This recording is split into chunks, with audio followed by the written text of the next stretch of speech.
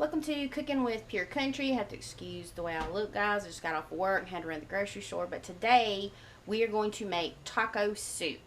And this is really good. This is really keto friendly. And young guys are really going to love it. So let's get started. What you're going to need is, you're going to need, if you make the regular size, you can always cut these measurements in half once I get these out there to you. But we're going to be using ground beef, taco seasoning. We're going to be using some Rotel, some chicken broth, some Philadelphia cream cheese, cilantro, and our spices are going to be pepper, salt, onion powder, and garlic powder. Let's go ahead and get started with the first things first. We're going to go ahead and we're going to get our hamburger meat. We've got it in a pretty deep boiler here because, I mean, if you're going to do it for, say, a family of 4, you can do it in a smaller frying pan, but sort of deep. We're going to brown the hamburger meat and add our spices first. So now that the meat is browned, now we're going to start adding the rest of our ingredients. So now we're adding the Rotel. And they do make this hot as well. We're using the mild. And we're going to add 4 cups of chicken stock. And I've already actually got it in a bowl. I measured it out. So we're adding the 4 cups of chicken stock.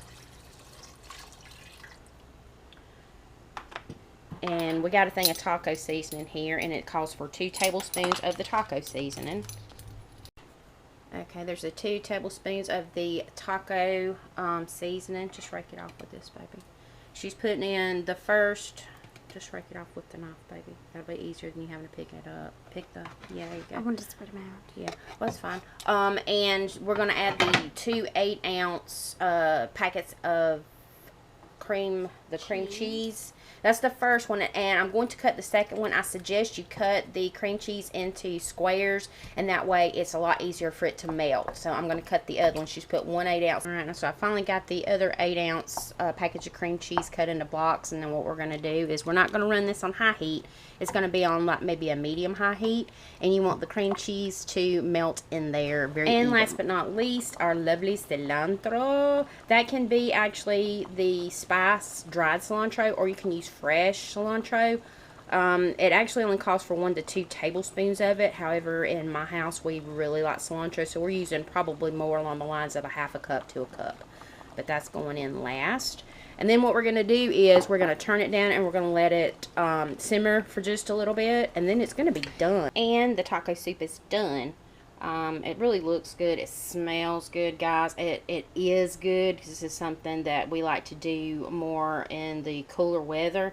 You can top this with some chips, some cheddar cheese, some shredded cheddar cheese, or, you know, different kind of cheese if you want to, taco cheese and things like that. But it's really, really good and piping hot. So I will put the recipe in the description. I always want to say comments.